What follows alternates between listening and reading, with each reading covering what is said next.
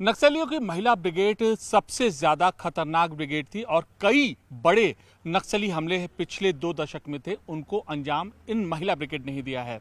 और मलकानगिरी उड़ीसा का जो सबसे ज्यादा नक्सल का प्रभावित इलाका है, वहां पर कुछ पूर्व महिला ब्रिगेड की सदस्य हैं। आप इन तस्वीरों में देखिए, न्यूज़ 18 इंडिया की ये तस्वीर, ये खास तस्वीरें हैं, लेकिन अब ये सरेंडर कर चुकी हैं, आत्मसमर्पण कर चुकी हैं और मुख्य धारा में आई हैं। और गृहमंत्री अमित शाह भी इन लोगों से ऐसे मुलाकात का इनका कार्यक्रम है। अब कैसे यह पूरी योजना काम करती है और किस तरीके से अब सरकार इन नक्सलियों के जो उनके रीडेवलपमेंट के लिए, उनके रिहैबिलिटेशन के लिए काम करती है, हमारे साथ ऋषिकेश तिवारी जी हैं, अपर कलेक्टर जिला बस्तर के हैं। हम इनसे बात करते हैं। ऋषिकेश जी, न्यूज़ 18 इंडिया से बात करने के लिए धन्यवाद। ये बताइए कि ये पूरा आपका अभी प्रोग्राम काम कैसे कर रहा है? मार्च 2026 तक नक्सल मुक्त भारत, ये तो एक कदम है ही, ये तो चल ही रहा है ऑपरेशन, लेकिन ऐसे लोगों की जिंदगी संवारने के लिए आप क्या कर रहे हैं?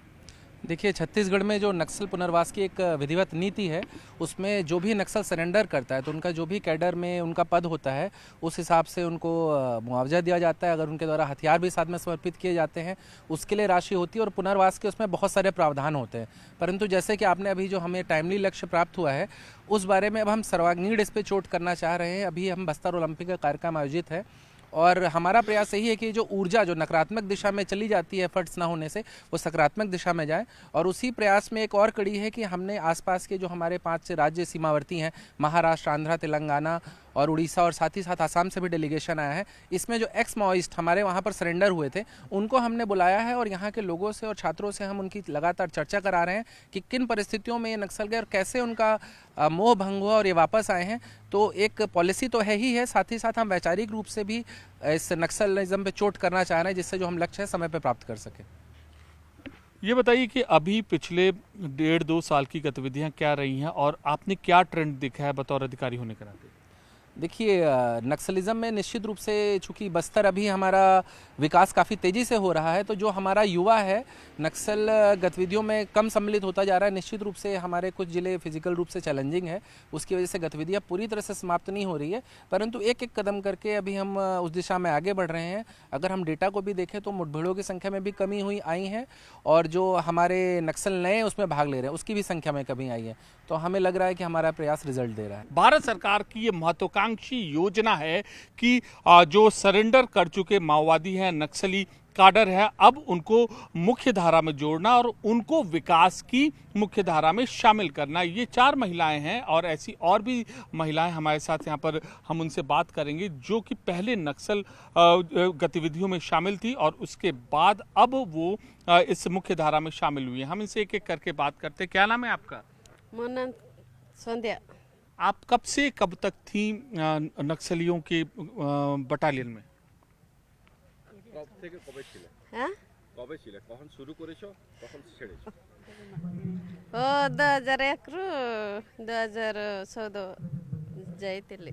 14 साल तक आप उस नक्सलियों के उसमें थी, 14 साल तक थी। अच्छा, ये बताइए कि वहाँ पर जब आप थी तो किस तरीके की वहाँ पर जिंदगी थी?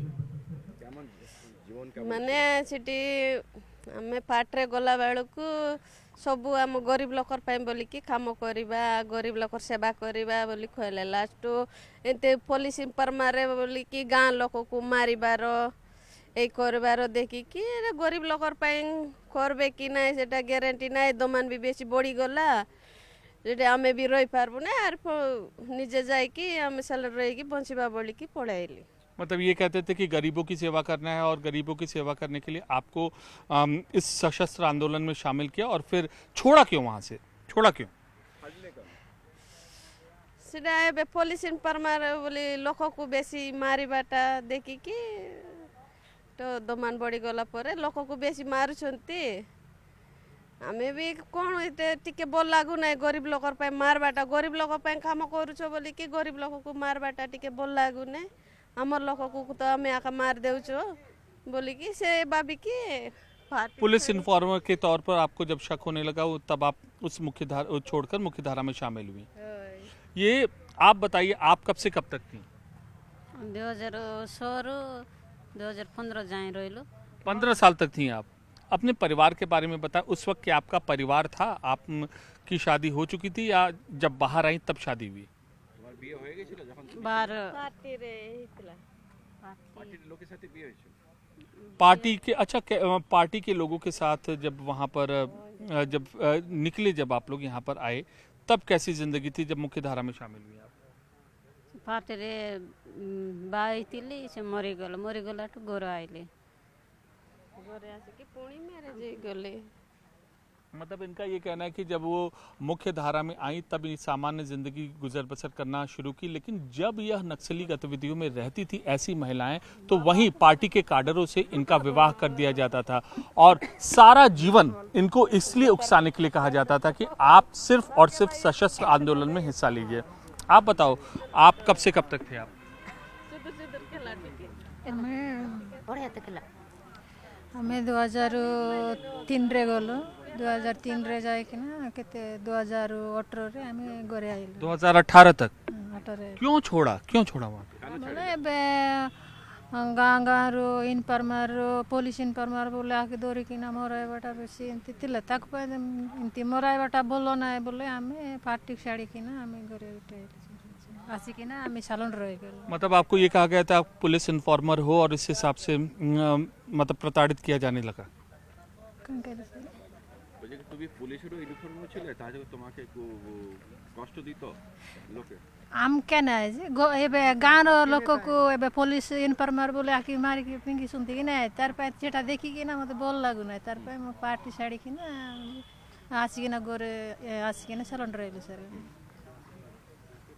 ଆମେ 2002 ରେ ପାର୍ଟିରେ ଗଲି, 2016 ରେ ଛାଡ଼ିଦେଲି। 15 साल आप लोग एक उसमें काडर में आप रही हैं और वो लाइफ कैसी थी और अभी ये जिंदगी कैसी थी? আগে কেমন ছিল জীবন, এখন কেমন জীবন হয়েছে? ସେ ପାର୍ଟିରେ ବେଶୀ ସେ ଟିକେ ଆମକେ ଭଲ ଲାଗୁନଥିଲା। ସେ ଅଲଗାଟା ବିମାର ମିଶା ଥିଲା, ଗୋଡ଼ ବତା ହାତ ଗୋଡ଼ ବତା ଥିଲା। ସେଟା ପାଇଁ ମୁଁ ଚାଲି ପାରିବି ନାହିଁ ବୋଲି ଛାଡ଼ିକିନା ଘରେ ପଲାଇବି ବୋଲି ଘରେ ପଲାଇ ଆଇଲି। इनका ये कहना है कि मतलब जैसे जैसे उम्र बढ़ती जाती है वैसे वैसे नक्सलियों को ये भी डर, उनके काडरों को डर सताया जाने लगता है कि अब ये महिलाएं इनके किसी काम की नहीं है और इसलिए उनको अपने काडर से यह अलग थलग करना शुरू कर सकते हैं। बहरहाल ये जो लोग यहाँ पर मौजूद हैं ये इनकी पिछली ज़िंदगी थी, ये इनकी पिछली ज़िंदगी थी। अब आने वाले दिनों में ऐसे सरेंडर कर चुके जो नक्सली हैं वो कैसे अपने जीवन का ये सपना बुनेंगे, हम इनसे बात करते हैं। आप कहाँ से हैं? तो ओडिशा में, ओडिशा मलकानगिरी। मलकानगिरी। आप यहाँ पे आपने सरेंडर कर दिया है, अब आगे की जो जिंदगी है, आगे की जिंदगी है, आप क्या ड्रीम्स देखते हैं, क्या सपना देखते हैं? हम अभी हम आदमी का तरफ तो अच्छा जी रहा हूँ आत्मसमर्पण करने बाद। अभी यहाँ पर हम 2 दिन बस्तर में आया, बहुत अच्छा घूम, पूरा नया नया जगह देखा, बहुत कुछ देखा। अभी हम लोग चाह रहा हूँ ये बस्तर का हमारा माओइस्ट पार्टी में था वो भाई बहन, वो भी हमारा मुक्का सरहद में आके पूरा आम आदमी का तरह जे हम यही अपील कर रहा हूँ। ये बताइए सब आप कब से मतलब आपने नक्सलियों की गतिविधियों को छोड़ा? मैं 2019 फरवरी में माओइस्ट पार्टी छोड़ दिया। आपने कब छोड़ा? 2019। आपने? 2015। 2015 में छोड़ा। आपने जब 15 में छोड़ा तब कैसी गतिविधियां थी नक्सलियों की? उस टाइम में तो नक्सल का गतिविधि बहुत था, अभी तो कुछ नहीं। 2019 तक आते आते क्या उनके स्ट्रक्चर में बदलाव हो गया था? किस तरीके से उनकी गतिविधियां संचालित होती थी? उस टाइम उसका गतिविधि तो ऑपरेशन ग्रीन हंट से शुरू हो गई। पूरा उसका परिवर्तन माओइस्ट छोड़ के बहुत आदमी चला गया, बड़ा बड़ा एनकाउंटर भी हो गया और रामगढ़ा ऐसा बड़ा बड़ा एनकाउंटर भी बहुत सारे माओइस्ट पार्टी कैडर भी मर चुका था। और उस टाइम सरकार का डेवलप भी बहुत अच्छा से, हमारा मलकानगिरी ग्रुप या सेतु ऐसा बड़ा बड़ा डेवलपमेंट होने से देखकर हम लोग भी सोचा यहाँ पर रहने से कोई फ़ायदा नहीं है, मर जाऊंगी आज नहीं तो कल। और यहाँ पर तो पूरा हमारा मर्जी का खिलाफ तो चल जा रहा है। हम सरकार तो बहुत डेवलप कर रहे हैं, यहाँ पर क्यों मरने का, हम जाकर मुख्य शरत में शामिल होकर अच्छा जिंदगी जीऊँ। क्या लगता था जैसे जब आपने जब ज्वाइन किया था नक्सल मूवमेंट, आपने जब ज्वाइन किया था और अभी 2019 में पूरे स्ट्रक्चर में क्या बदलाव क्या आया? हिंदी नहीं आता है। आप बताओ। बदलाव जैसे जब आपने कब ज्वाइन किया था? मैं 2007 में। और 2019, 7 और 19 में फर्क क्या आया? उस टाइम हम तो 2007 में देखने से पूरा हमारा एरिया को माउस्ट एरिया पूरा हर दिन एक पोस्टर नहीं तो बैनर नहीं तो कोई मूवमेंट मीटिंग सभा कुछ भी ना कुछ वहाँ पर चलता था हमारे एरिया कलीमला एरिया में। चलने टाइम हम लोग उन लोग भी बहुत बोलता था हम गणतंत्र लाऊंगी, गरीब जनता के लिए काम करूंगी, बहुत कुछ बोलता सोच के हम लोग चला गई थी। पूरा माउस्ट पार्टी में ज्वाइन ही थी। उस टाइम देखते देखते 12, 13, 14 साल हो गया। वो मेरे को अनुभव लगा वहाँ पर अच्छा नहीं, ये पूरा हमारा भाई बहन को हमारा गांव के आदमी को उन लोग मार रहे कि हमारा सामने मारने से हम कुछ बता नहीं सकता हूँ। आगे क्या सपना बुना है? हम अभी अच्छा आत्मसमर्पण हमारा वहाँ पर उड़ीसा सरकार मलकानगिरी का प्रशासन हम लोग को छोटा बड़ा काम देकर हम अच्छा जिंदगी जी रहा हूँ। क्या नाम है आपका? सुशीला कलमी। सुशीला जी, कितने का इनाम था आपके ऊपर? 1.5 लाख से। 1.5 लाख का इनाम था। कब से कब तक आप नक्सली गतिविधियों में सक्रिय थी? 2007 से 9 तक थी सर। उसके बाद 9 जून को घर आ गई मैं। उसके बाद घर आ गई। मतलब आप उस दौरान आपने मतलब जब 7 से 9 तक थी, क्या कहा जाता था आपको करने के लिए? कुछ नहीं सर, उनके पीछे पीछे बस घूमती थी मैं। थोड़ा छोटी थी, उतना दिमाग नहीं था मेरे को, पीछे पीछे घूमती थी। अच्छा, अब आप मुख्य धारा में जब आप यहाँ पर लौटी हैं तो अभी आप क्या काम कर रही हैं? अभी मैं पुलिस में हूँ सर। मेरे को दिए हैं, नौकरी दी है सर, सरकार दिया है नौकरी। कब मिली है ये नौकरी आपको? 2009 में आने के बाद ही मिला सर। अभी सिलेंडर करने 2024 में अभी आप कहाँ पर पोस्टेड हैं और क्या आप गतिविधियाँ कर रही हैं? DRG में है सर अभी। डिस्ट्रिक्ट रिजर्व गार्ड जो पुलिस है, जो डिस्ट्रिक्ट DRG पुलिस जो छत्तीसगढ़ पुलिस की वह विशेष पुलिस है जिसने अभी फिलहाल पिछले कुछ सालों में नक्सलियों के खिलाफ खास अभियान चलाया है। अगर आंकड़ों की बात करें तो महज 1 साल में ही 200 से ज़्यादा नक्सली मारे जा चुके हैं और DRG की इसमें अहम भूमिका थी। दरअसल होता क्या था कि पहले जब ऑपरेशंस चलते थे नक्सलियों के खिलाफ, तब इसमें केंद्रीय सुरक्षा बल और केंद्रीय पुलिस बलों की भूमिका बहुत ज़्यादा रहती थी। स्टेट पुलिस की भी रहती थी लेकिन लीड वो लेती थी। लेकिन हाल ही के दिनों में DRG की भूमिका बहुत ज़्यादा बढ़ी है और कई सफल ऑपरेशन इन जैसे लोगों की मदद से नक्सलियों के खिलाफ चलाए गए हैं। और लोग यहाँ पर मौजूद हैं। आप कब से कब तक थे? सर तेलंगाना से। कब आपने सरेंडर किया? నాకు ఓన్లీ తెలుగు సార్। अच्छा, एक और हमारे साथ यहाँ पर मौजूद हैं, हम इनसे बात करते हैं। ये पहले नक्सली गतिविधियों में सक्रिय थी और उसके बाद अब यहाँ पर ये आई हैं। ये बताइए कि कब आपने सरेंडर किया? सर मैं 2016 में करी हूँ। 2016 में। सर कितने का इनाम था आपके ऊपर? सर मेरे 5 लाख है। 5 लाख का। क्या गतिविधियां थी जिस वजह से आपके ऊपर 5 लाख का इनाम रखा गया?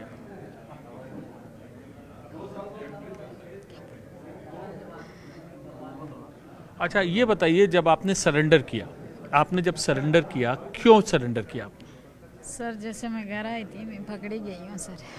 सरेंडर तो पकड़ने के बाद आत्मसमर्पित किया। उसके बाद आप मुख्य धारा में कैसे आई, क्या कहा गया, जरा वो ये पूरी कहानी बताइए। सर मैं बहुत परेशान थी। जैसे आप जानते हो नक्सली में जाना है तो जंगल में परेशानी हो जाता ही है। जैसे चलना फिरना, उठना बैठना सब कुछ परेशानी ही रहता है। उसका वजह यह है कि 2007 में मैं नक्सली में भर्ती हुई थी। तो जैसे ही मैं स्कूल छोड़ने के बाद वहाँ पे मेरे गांव में स्कूल था, ठोड़ दिए। तो रास्ता मेरा एक ही था कि जाना कहाँ, नक्सली तरफ। मेरे गांव ऐसी भी अंदरूनी गांव है, रहने लायक नहीं है। फोर्स जाने से तो भगना दौड़ना ही रहता है। उसी के वजह गई थी सर, मेरा कुछ नहीं है। फिर जब आप पकड़े गए 2016 के बाद से अब तक की जो यात्रा रही है, 16 से 24 तक, क्या रहा? कैसे आप पुलिस में आई और किस तरीके से आप अपनी जीविका चला रही हैं? सर मेरा तो अभी अच्छा ही लग रहा है यहाँ पे आने के बाद। यहाँ अच्छा शिक्षित है, अच्छा मस्त, मैं भी पढ़े रहती, अच्छे रहती, यही सोचती हूँ सर। अच्छा लग रहा है यहाँ पे आने के बाद। अभी मैं छत्तीसगढ़ कांस्टेबल हूँ, DRG में रहती हूँ। नक्सलियों के खिलाफ बहुत सघन अभियान चलाए जा रहे हैं सर अभी बीजापुर में भी तो अभी हर दिन होते ही रहता है सर घटना। और आप बीजापुर स्टेट कमेटी के आप मेंबर भी थी, आप काफ़ी अहम भूमिका भी थी, तो आप उनका हर पॉइंट जानती होंगी। नहीं सर, मैं यहाँ पे नहीं थी, उड़ीसा में। उड़ीसा में? यहाँ के बारे में उतना नहीं जानती। आप उड़ीसा में थे। वहाँ अभी हमारे आपके और कुछ साथियों से बात हुई, महिला साथियों से, तो उनका ये कहना है कि अब जो बॉडीज़ है, मतलब जो वो ऑपरेशन ग्रीन हंट का बहुत ज़्यादा असर पड़ा। सर मैं हो गया सर। तो देखिए, ये कुछ महिलाएं हैं जो आपने न्यूज़ 18 इंडिया पर देखा। ये पहले इनके ऊपर लाखों का इनाम था और अब ये सरेंडर करके मुख्य धारा में ये शामिल हुई हैं और एक पहल है इनके लिए कि हम अच्छी ज़िंदगी गुजारें। और उससे भी महत्वपूर्ण है, अब यह खुद ले रही हैं नक्सलियों के खिलाफ लोहा, उनके खिलाफ यह मोर्चा खोल रखा है इन्होंने। कैमरा पर्सन नीरज तिवारी के साथ अमित पांडे, छत्तीसगढ़ न्यूज़ 18 इंडिया।